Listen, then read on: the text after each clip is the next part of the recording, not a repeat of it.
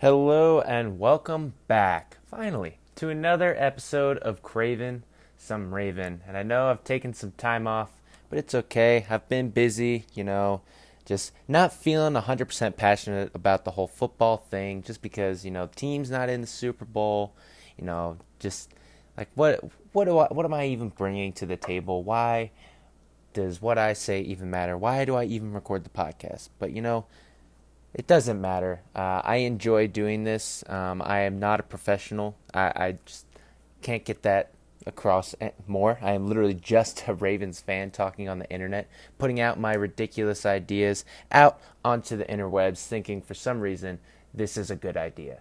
But, without further ado, we got tons to talk about. A lot has happened. It is the day after the Super Bowl, so that's a surprising reason I'm doing it. I had a little bit of fun, Super Bowl parties. I probably will have to rewatch the game to get a full scope of what went down. But, just congratulations to the Chiefs and Chiefs fans. I know they've been waiting a long-ass time to finally say that their team is a Super Bowl champion. Congrats to Patrick Mahomes getting the MVP, even though, I didn't think he played all that well. I found myself saying multiple times during the game, like to my buddies, Mahomes sucks. Mahomes is trash, dude. He's playing like ass. Not only were people, getting in his throwing lanes, but he was throwing ducks, man, and it's just not something you expected. And see him get the MVP, it's like, wow, really, really, he got the MVP. And I know it is the Super Bowl MVP even supposed to be just a that game award? I don't really know. But he ends up winning it because he didn't really play all that well. But he played well throughout the playoffs, during the season. Kind of like a culmination award. Like, hey, you know what? You deserve the MVP. You're the reason this team is doing so well. But, congratulations to them. It was a good Super Bowl. Started off really slow. I won some money. I lost some money. There's a bunch of bets that I ended up putting up. Like random $2 bets for weird shit like... let's see, Demi Lovato having anything but a black microphone. There's one, someone finishing with 69 yards, and the odds were plus 690. Thought that was hilarious. So I decided to bet on it. I don't think I won that one. They would show the 49ers cheerleaders first. They'd show the Chiefs players first, like during the national anthem. There's some kneeling ones. There's a bunch of hilarious bets that I took. Not all of them are coming to the top of my head, but... it was a lot of fun. Won some money, lost some money. That's the Super Bowl. That's what you do, right? But in this episode, I'm going to be talking about the Ravens, right? Fuck the Super Bowl. The Ravens weren't in it. Season was cut short due to the goddamn Titans. Oh well. And a lot of stuff happened. Lamar won the MVP. I won some money off of that. That was cool. Greg Roman won... coordinator of the year or assistant coach of the year, and John Harbaugh won coach of the year. And I think I'm also going to talk about all of these Ravens free agents. Go give a deep dive in each and every single one. Not all of them, just because some of them are names that it's like, they were just kind of practice squad guys. But we'll get on to that. But congratulations is in order to Lamar Jackson, the MVP, baby.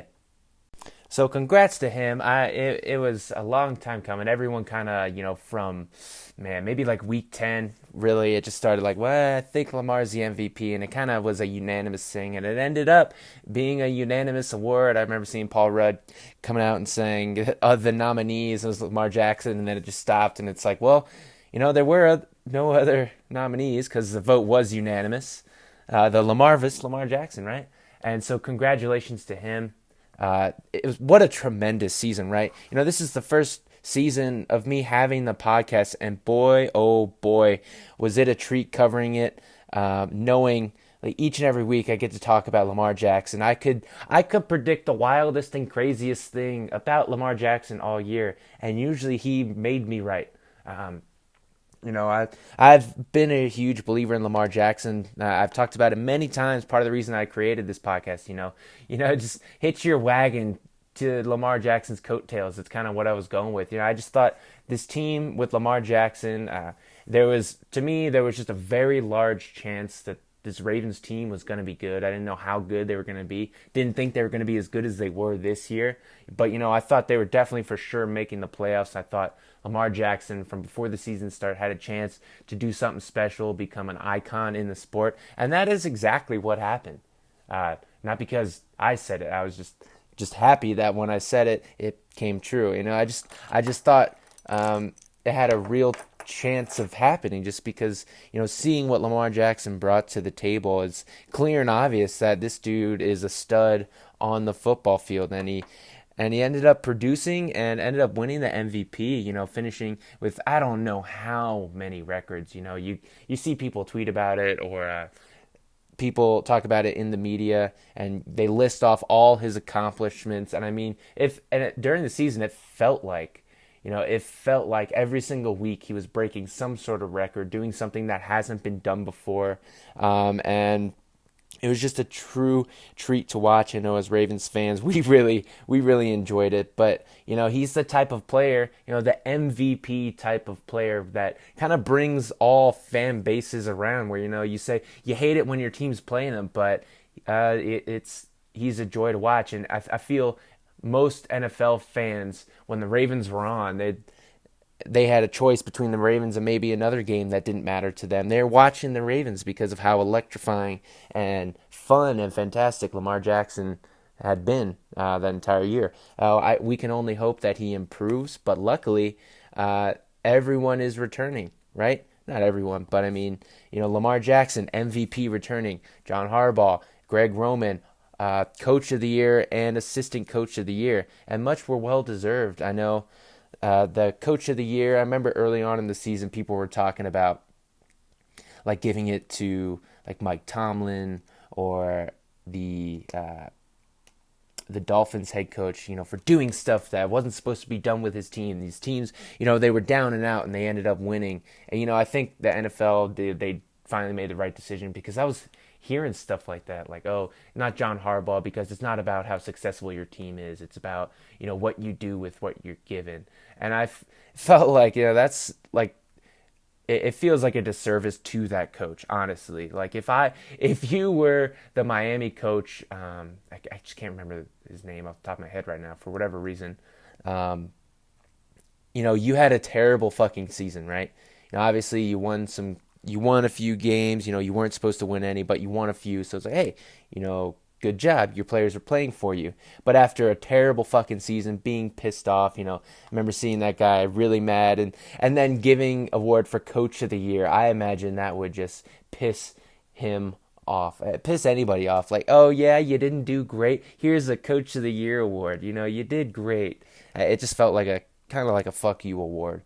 And even John Harbaugh, right? He didn't win the Super Bowl, but I felt like he was well deserving. The way, because head coaches, the way I see it, they're not coordinators. They're not the X's and O's guys. I mean, that's who's getting hired, right? But in my opinion, it's about leading a team and, having a vision for a team, and then getting with the front office and having everybody on the same page, and, being the face kind of the franchise somewhat, on the business end of things. And I felt like John Harbaugh was the best at doing that this year, not only with how he led, how he coaches. I'm not really too sure how he coaches. I'm not in the meetings or anything, but, the way he brought this team together, like in a new way, right? The Ravens have been one way throughout their entire franchise: defense, defense, defense. And then we get a guy like Lamar Jackson, and then John Harbaugh and the rest of the Ravens staff. Let's switch things up. Let's do something that the NFL really hasn't seen before. I know we talked about revolutions of the offense at the beginning of the year, and it turned out to be a pretty accurate statement. I would say, if you're going to say there was a revolution in offense, I would. You'd have to say that there was. The way the Ravens played, breaking a rushing record that's been standing for 40 years, and that's all due to the leadership and the vision that John Harbaugh had about the Ravens led by Lamar Jackson. None of it would have been possible. We wouldn't have gotten all of these pieces in place, having Greg Roman. And it's just that overall vision that John Harbaugh had, which gave him the Coach of the Year award. And I believe that was the right call. I think he was the Coach of the Year. Obviously, Andy Reid, he just he just won the Super Bowl. So I mean, if you're going, hey, best coach, right? Shouldn't it be him? I don't know. It's I would just say, what John Harbaugh did is different from what Andy Reid did. I think Andy Reid, he's got a great offensive scheme, but he's been doing it the same way for a long time. And I just think the ability to change things up and do something new and legitimately possibly change the game of football, I think that deserves an award. And so that's the reason why John Harbaugh got it, and subsequently Greg Roman also got it, because it's Greg Roman's offensive scheme, under John Harbaugh, right? It's all of these things together. And I remember hearing John Harbaugh talk afterwards about these are team awards, like the MVP. This is a team award, all this stuff, because they were so fantastic. And I think there is something to that. And so everybody got their due. Everyone got their award. So congratulations to everybody. It was a fun year. Obviously, everyone wants the Super Bowl, but you know what? We are now moving on to the full-on off-season, right? No more football. The Super Bowl is over. Kansas City Chiefs won. Congrats, like I said. But the Ravens, they have lots of work to do. They've somewhat gotten a head start because they weren't in the Super Bowl, compared to these other teams that see themselves being top of their conference, AFC, NFC, 4, 5, 6 teams that believe that they can really get back there and make some damage. We got a leg up, right? Where we got knocked out in the first time we got into the playoffs in the first game. But, the first thing before in the offseason, right, is free agency. How do you deal with all of your guys who are going to be either going somewhere else or you are going to re-sign? Do you deem them worthy to give them the big contract and stay with your squad? And then after that, you get to go into the draft and say, all right, do we still have holes? Who do we still need? So before I go full on in depth with the draft and in some newer episodes and some episodes in the future, I've already kind of done that a little bit already, talked about it a little bit, but I want to talk about the free agents for right now, and then we will do full deep dives into the draft. I know a lot of people are already ready for the draft and ready to get their guys' names. They want to just hear other people's opinions, even though, you can formulate your own opinion and why you feel that way, but for whatever reason, I'm the same way. I like to hear what other people like to say, come up with something that I didn't even think of. So it's very understandable, and I will definitely be getting to that, but not in this episode. We're going to talk about the free agents, baby. And let me pull up my list here. We got a long list. Got a long list of names. Like I said, going to go over everybody. That's really important. Like I'm not going to go too in-depth about Fish Smithson. I didn't even know that was a guy. And so the list here is for unrestricted free agents, and then there's restricted free agents, and there's also ERFA. I guess that's early restricted free agents. I'm not 100% on that because Gus Edwards is listed as an early restricted free agent, or ERFA, if that's what the E stands for. Maybe it's emergency restricted free agent. You sign him now or die. I don't know. And then there's a CO over Brandon Carr. I don't know what CO stands for. Oh, club option. No? I really don't know. But we will go down this list and we will see what we want to do. I will give you my opinions. I have not gone through this list and thought any of this out, so this will be, a first glance type situation. I've talked about a few things or thought about a few things already, but I haven't really gone down the whole list and really given my full opinion and really talked it out. So we'll see where this goes. I might change my mind mid-sentence. We'll see how it goes. So first on the list is Jimmy Smith. Right now he's making about $10 million.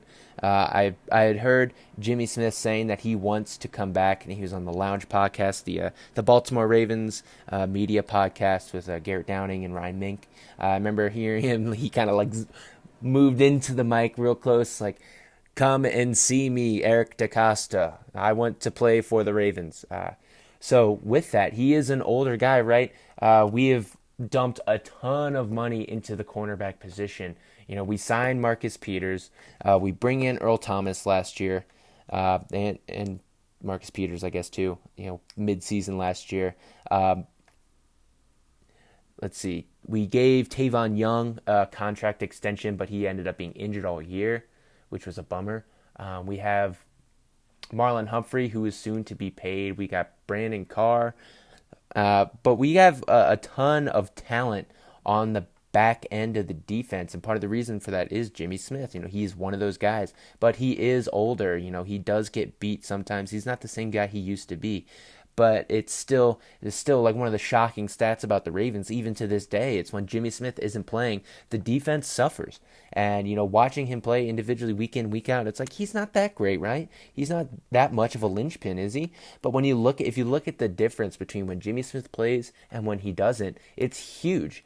And I think he is a declining player, right?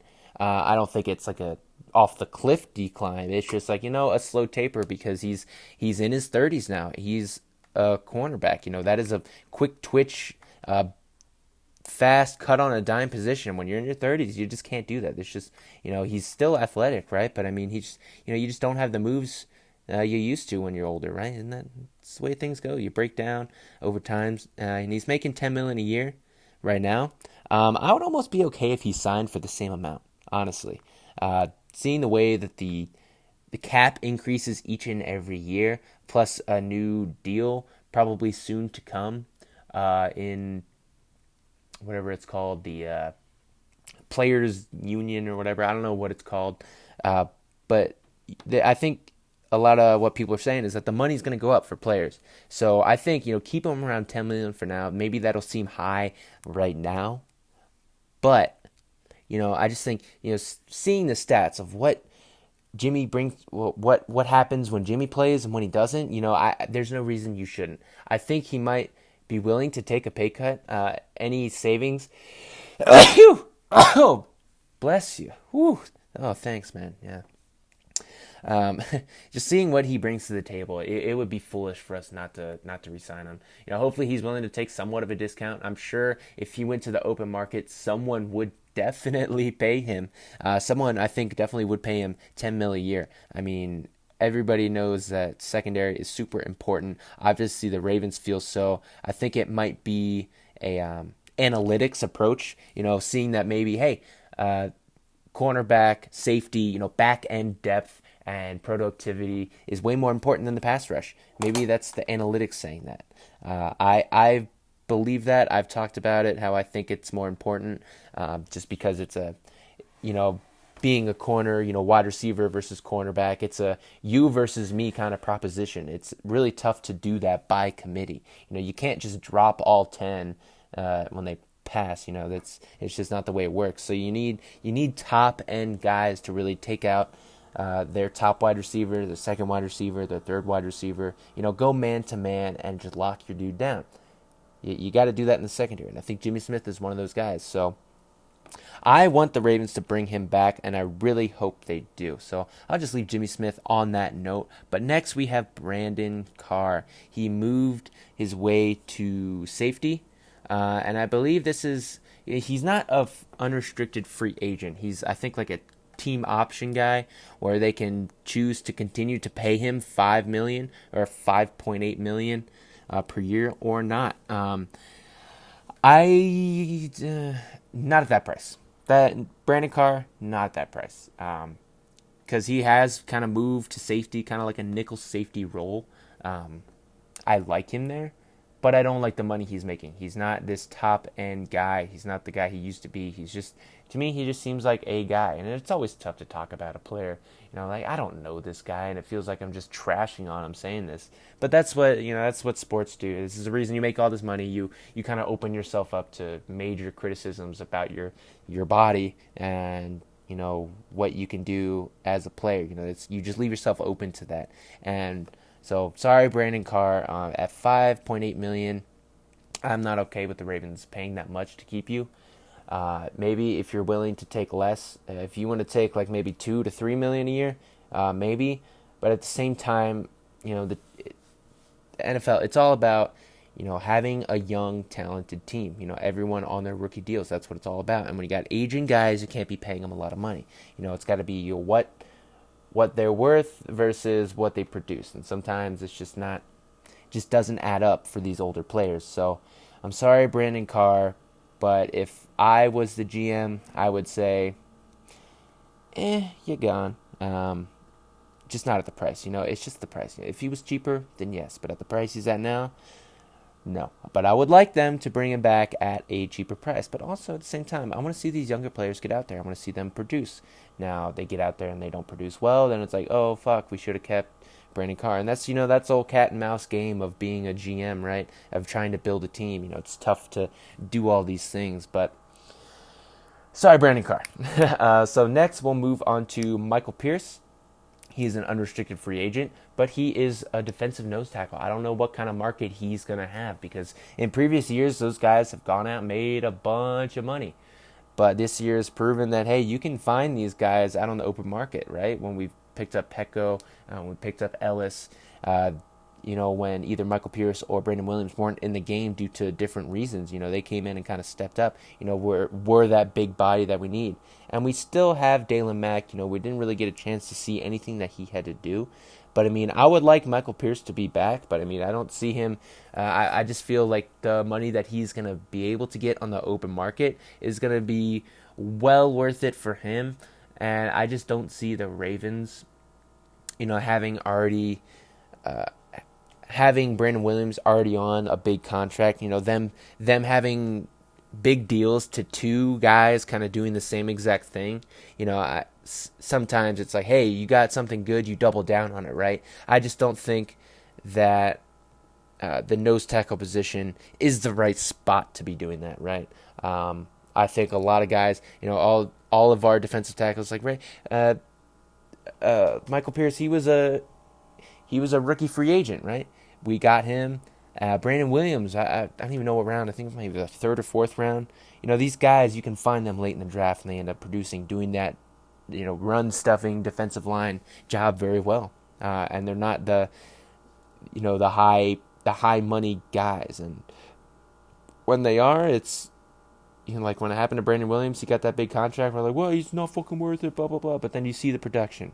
I just don't see Michael Pierce, making all that money here. I would like to keep Michael Pierce. I love the huge dancing bear type guys, super agile and quick, but also being up over 300 pounds. It's truly a sight to behold when you can see a fat dude basically doing backflips and having a 30-inch vertical. Shit's crazy. Maybe that's a little extreme, but the super light on their feet big guy. It's always a scary thing to see. Oh God, he just kicked that high. Oh my God. Scary. So sorry, Michael Pierce. I want you to stay on the Ravens, but I just don't see it happening. At the price, if I'm the GM, it's just not worth it. So next on the list, and this is going to be kind of a tough one, Patrick Onwuasor Peanut, the man himself. Apparently, he got a contract, but he decided to bet on himself instead, and he subsequently did not get as much playing time and did not ball out like he did before. Is that due to his play? Or in my opinion, it's somewhat he decided to bet on himself. He told the front office, hey, I'm going to play my way into a bigger contract. And they were like, okay, we'll see. And they decided not to play him. Conspiracy theorist inside of me says, hey, this was done by the Ravens organization on purpose. So that way, when it comes to this point, he's not going to have the bargaining chips. He's not going to have leverage at all. When it comes to other teams, why would another team want to come in and pay this guy, when he barely produced this year? He got benched for guys that were coming in off the street, right? It's really tough, and it's seeing that, hey, I bet that they did that. That seems like a bummer. Why would you do that, Mr. John Harbaugh, Coach of the Year? I know we've seen there was arguing between those guys, but it is what it is. It's football. It's a lot of testosterone going around, a lot of hitting going around. So obviously tempers do flare up. But it's was this part of it? Was it because he knows that he has the ability to play, but is not getting the playing time because the Ravens don't want him to have leverage in the negotiation room? Is this why that's going on? I don't know. I want Peanut back. I thought he played excellent, in his role at the end of not this year, but the year before in 2018. He was balling out, and that's why the Ravens offered him a contract, but he decided to bet on himself. And it just didn't go over well, when he was the Mike linebacker. When he was the weak side guy, he has the ability to roam and make plays. The peanut punch, he was killing it. So it's just, I want him back, but I want him as the 2018 guy, right? But he came out in 2019 and didn't really produce much and was benched. And it's just, for me personally, is that because of his play or is that because of this conspiracy?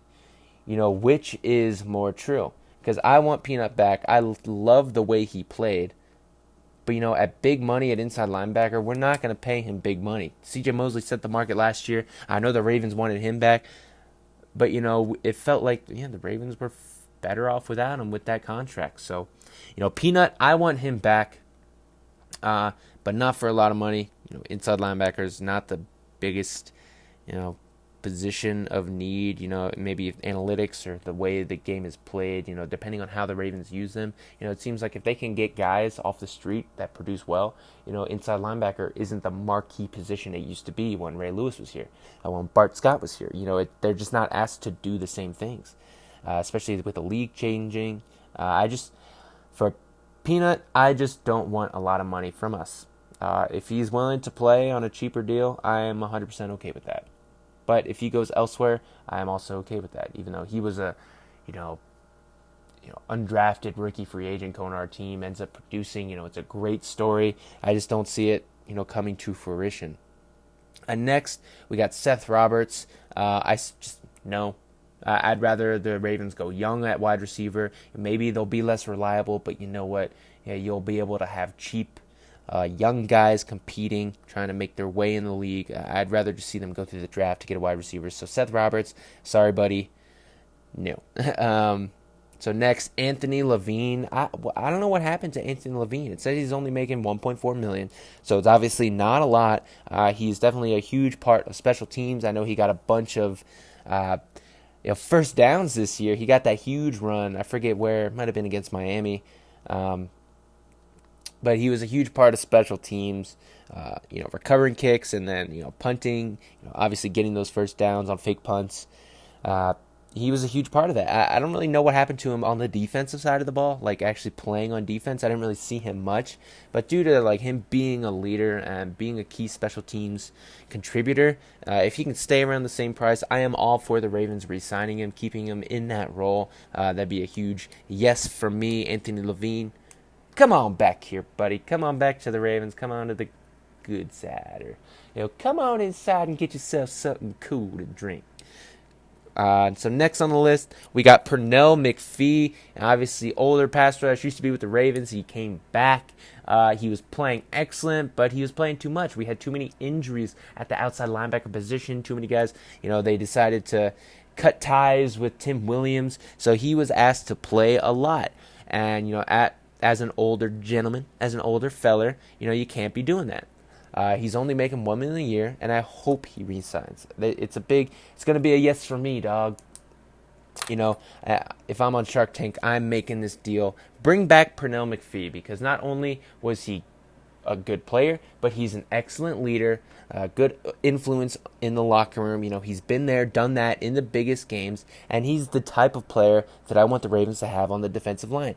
As a pass rusher, he is a big dude who can stack up the line of scrimmage, and I've talked about this many a time, so if you've heard me say it, I'm going to repeat myself again. I don't want pass rushers. I want guys who can get to the quarterback and play in the run game. I want guys with the ability to stack up a lineman and make them do what they want. And Pernell McPhee is one of those guys. He's got violent hands, and I love the way he plays. That dog mentality. He's always saying that, I'm that dog, He's got that dog mentality, and I love that. I want to see him on this team, and I want to see him retire as a Raven.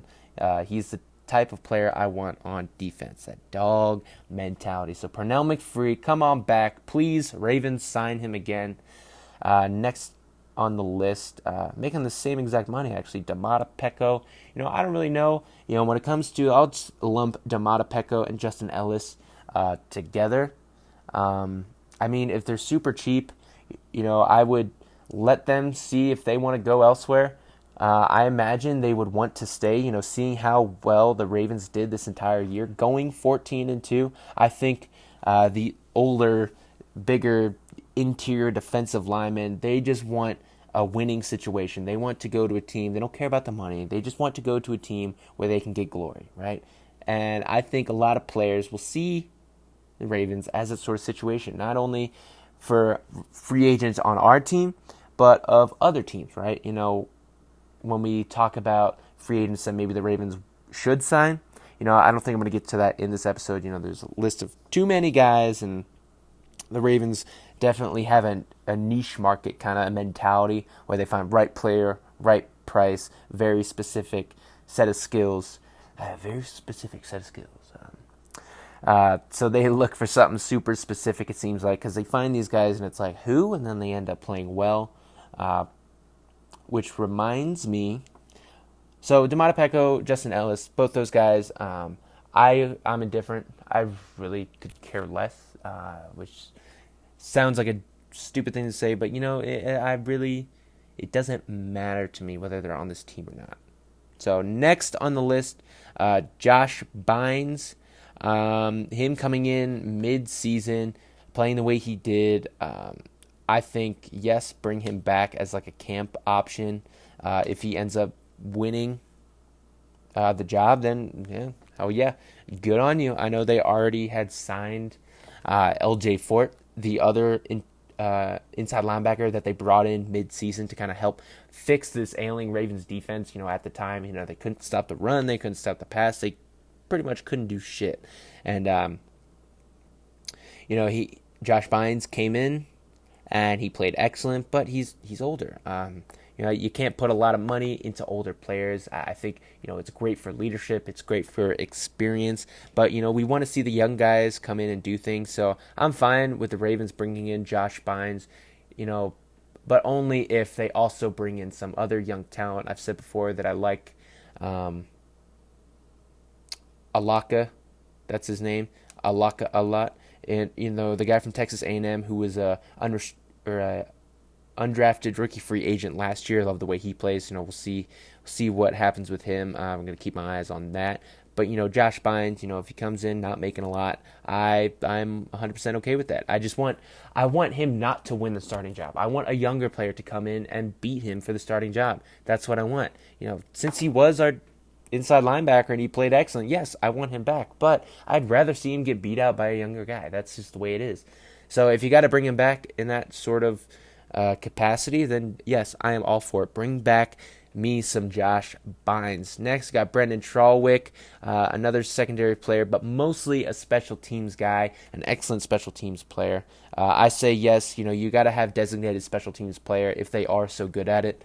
I think that's one way to fail on your team. We saw there was a couple games during the year where it's like the Ravens special teams. It's like, what the fuck happened? You were fine last week, and then this week it's like all hell is breaking loose.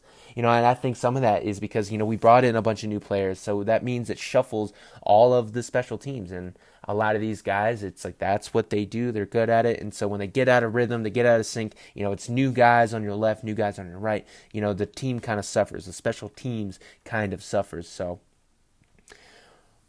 that in mind, I am all for bringing him back as a special teams guy, making a very small amount of money, as much as, the smallest of rookie deals, the 7-round draft picks, the veteran minimum. I am all for that.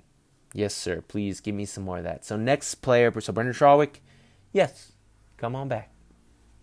So next on the list, we have DeAnthony Thomas. He's not making much. He was our return specialist, and I would only want him back. You know what? No, he didn't really do enough for me. He didn't move the needle enough for me, for my personal liking. If you're getting this dynamic guy in the back end, he's got to do something dynamic, and he really didn't. We haven't had a return specialist that seemed worth it since Jacoby Jones. And obviously, it's not like there's just these guys around the league that are doing it. But my hope for this offseason is the Ravens to bring in a bunch of wide receivers with return ability, in the draft. That's my hope, and that would make kind of DeAnthony Thomas on this list, a non-factor. So don't bring him back. I mean, if it's so minimum, it's such a minimum number. Maybe it's okay to sign him. It's just a small amount. Bring him in as a camp body to kind of compete with these other guys that you hopefully bring in, and then, well, the chips fall where they do. They will fly where they may. Chips will fall where they may, right? So yeah, DeAnthony Thomas, another guy. I'm indifferent. I don't really care. Next on the list, we got Chris Moore. I'm gonna make this one quick. No more.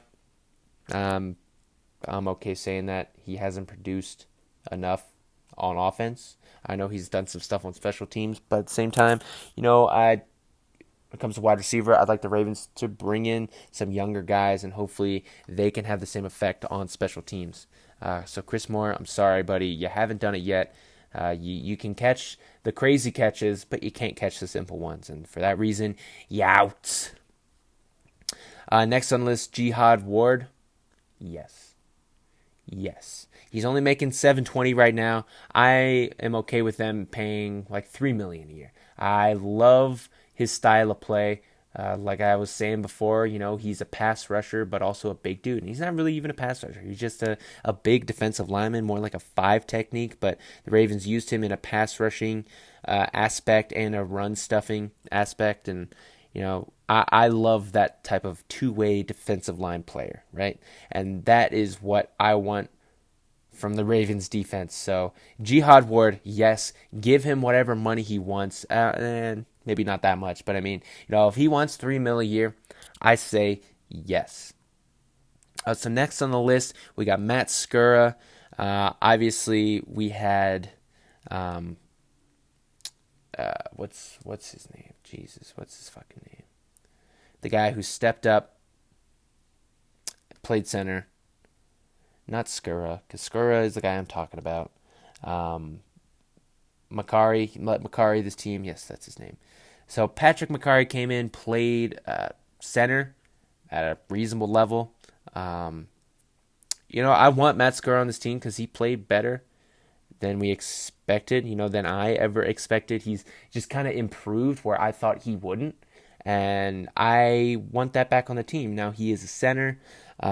Teams will be willing to pay for a center that actually is a good center. So I don't know how much the Ravens are going to have to fork up. Obviously, he's only making $645,000 a year. So what is it going to be? What does the center make, right?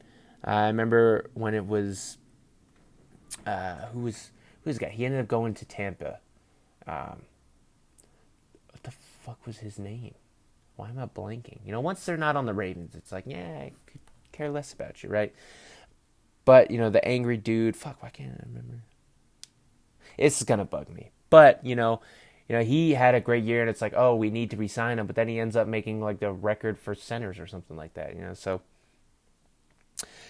it all depends on the money. I want Matt Skura back. I want the Ravens to bring Matt Skura back, but all of this, it's predicated off, is he going to make too much money? We saw what Pat Makari did, and he played well. He played just as good as Matt Skura, and, if you project it, if he improves, incrementally year after year, he's going to be better than Skura. But, if your center goes down one year, you don't want to see that happen again. You don't want to have to go to the well even more again. I'd like Matt Skura to be there in the wings. Marshall Yanda might be retiring, so maybe the interior offensive line might be all over the place. Makari wasn't even a center in the first place; he was a guard. So I'd like to see them just have depth at the interior defensive line. Say Marshall Yanda leaves, put Matt Skura back at center, and then put Makari at guard or powers, or I just think we need the numbers still. We can't just be playing around and having these guys leave. So next on the next on the list is Gus Edwards. Gus Bus, I think early restricted free agent. Yes, please bring him back. I know he's a running back, and I know it's a devalued position. Don't pay him the big bucks, but just pay him the bucks, all right?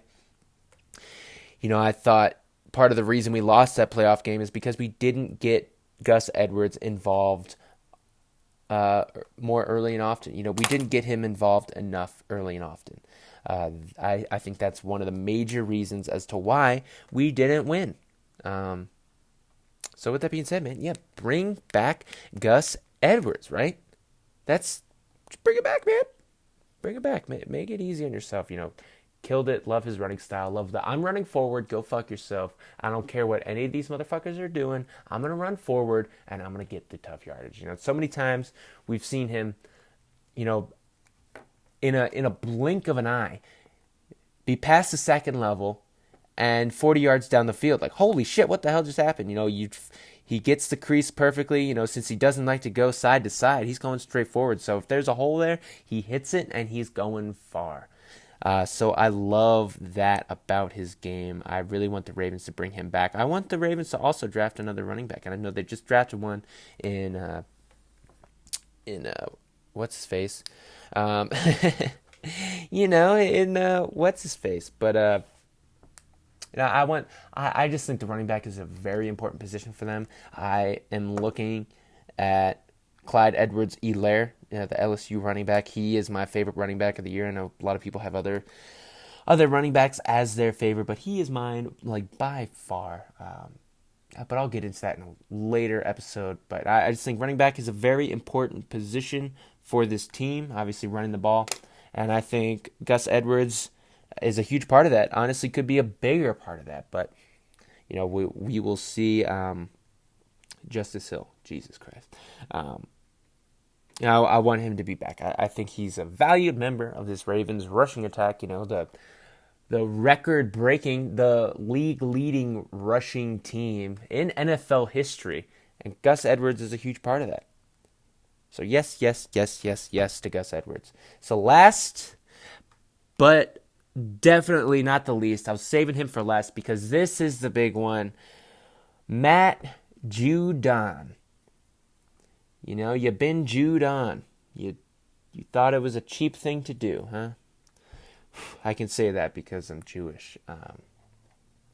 This is tough because he was our most productive pass rusher this year, but he also is going to be making way too much money.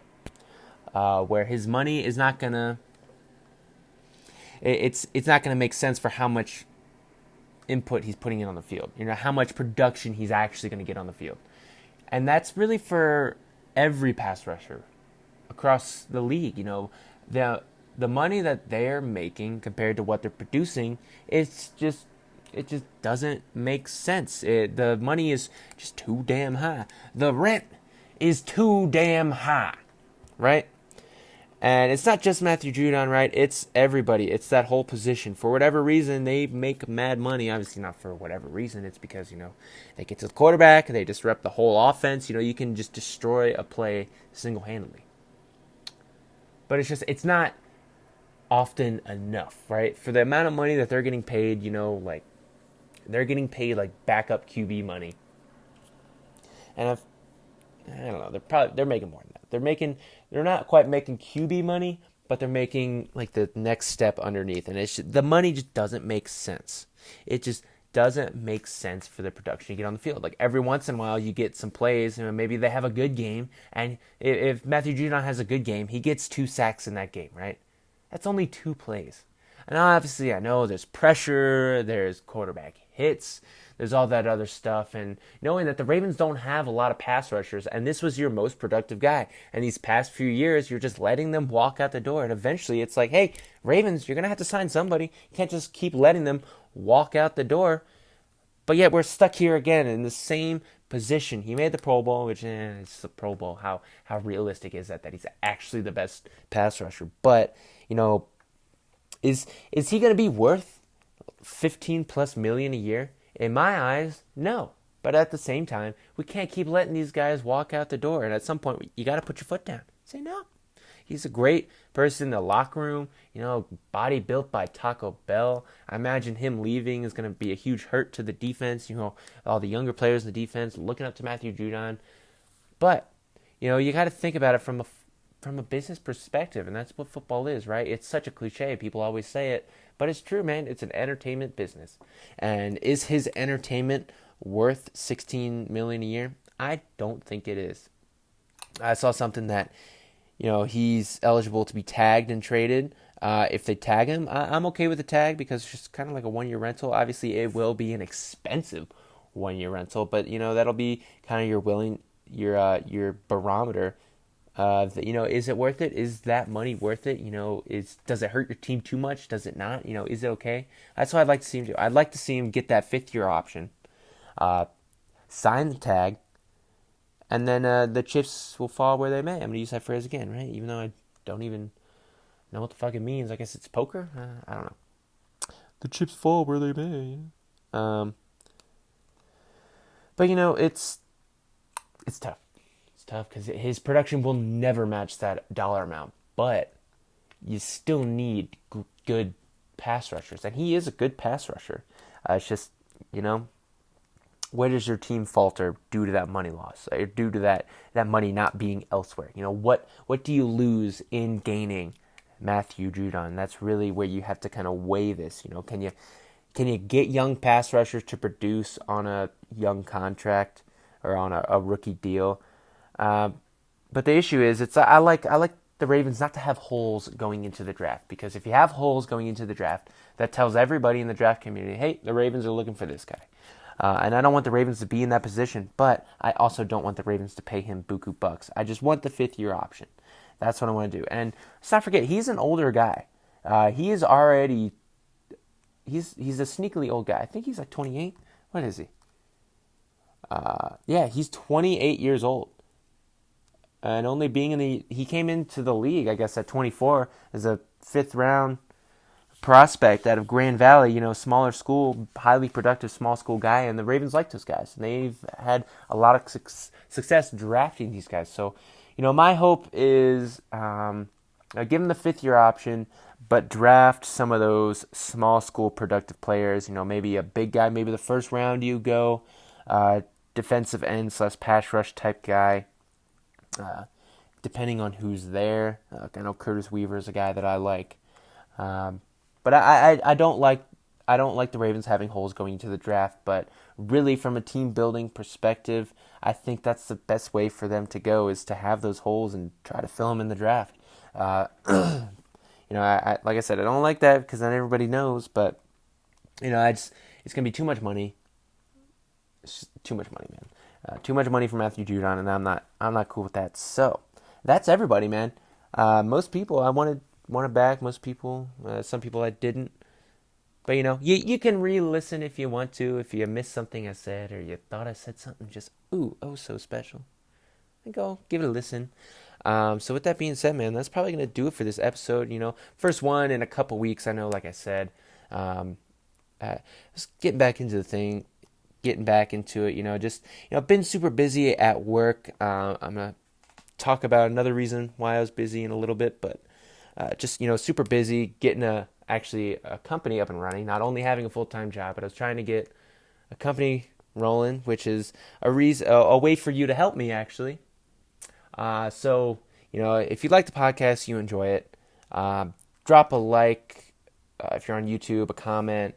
All the interaction, it helps. I love doing it. I love talking Ravens football with people. That's, kind of the reason I'm doing this, because I can't really talk Ravens football with my friends. They would get tired of me. I can't go on long, hour-long spiels about specific Ravens football needs. This is what I do. I'm not the only one to do it. There's tons and tons of YouTubers and podcasts specifically about the Ravens, and I'm just one of many hats, but I'm a huge fan and I love doing it. I need my fix. I need to talk about the Ravens, so we're going to be getting back into things. Like I said, took some time off, not feeling 100% about the whole football thing, the podcast and everything. Like, what am I even doing? Blah, blah, blah. But this is what I'm doing. I enjoy doing it.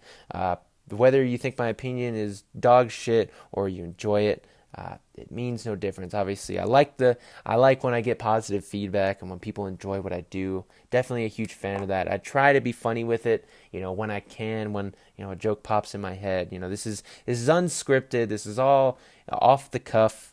Me just riffing, And so to do it 50 minutes, an hour straight, I do enjoy it. It doesn't take up too much time. There's not a lot involved other than the hour and maybe like 10 minutes posting it that really goes into the podcast. So it's not really professional, but I think that's where my lane is. I don't think people want professionalism everywhere in their life. I think if they're coming to listen to Ravens football, they don't want a stone statue. If they want Ravens content or like any football content, I don't think professionalism is what people are going for. At least that's not what I'm going for. I want some raw, some real, some true emotion.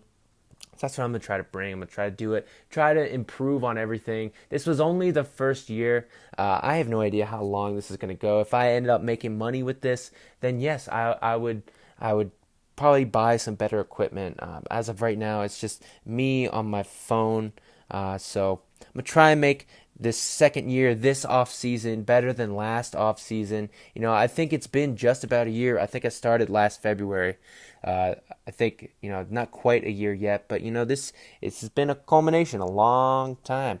Yeah, I've definitely gotten better at this whole thing. If you listen to my original episodes, they were terrible. I think they're probably still terrible. And maybe next year I'll say, wow, this whole year, they were terrible podcasts. But, getting my podcasting legs underneath me, or vocal cords, I guess you could say.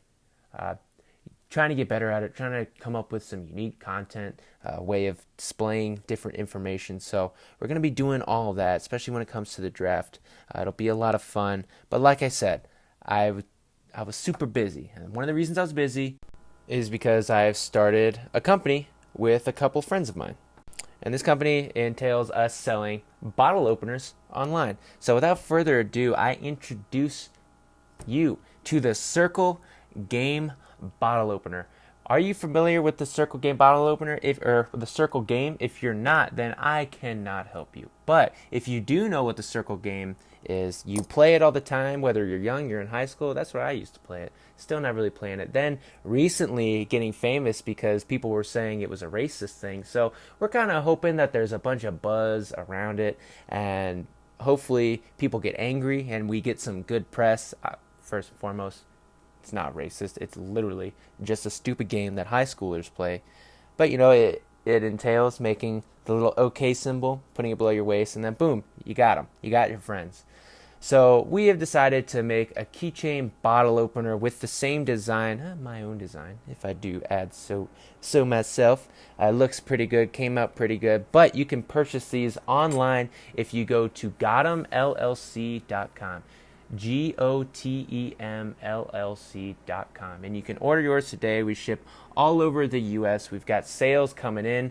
It's actually it's hard to keep up with all the traffic that's coming through. We're running out, so we're gonna have to get a new batch of these in. So if you're a fan of the show, if you want to help me out by buying one of these bottle openers at GotEmLLC.com, then feel free to do so. I would appreciate it a lot.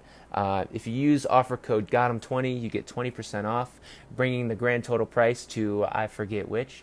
But go to the website, check it out, leave a note, and tell them I sent you. And that way my buddies will know, hey, I'm helping out.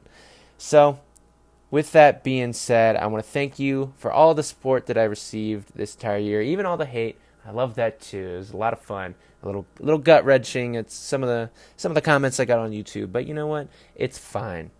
We will continue to do this, and I can't wait to talk to you guys next. It'll probably be, I don't think it'll be a full week. I think maybe I'll do an episode tomorrow. Maybe I'll release it later, but I'm gonna try to get back to at least one episode a week. I felt really bad that I missed a couple weeks and that it had been a while. I felt like I was missing part of my life. So I hope you felt the same way.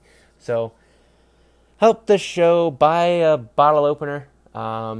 Also like, comment, subscribe, all that fun stuff. Drop a review, all that fun stuff. You know how to help me out if you choose to do so. So without further ado, I will leave you with an off-season Go Ravens.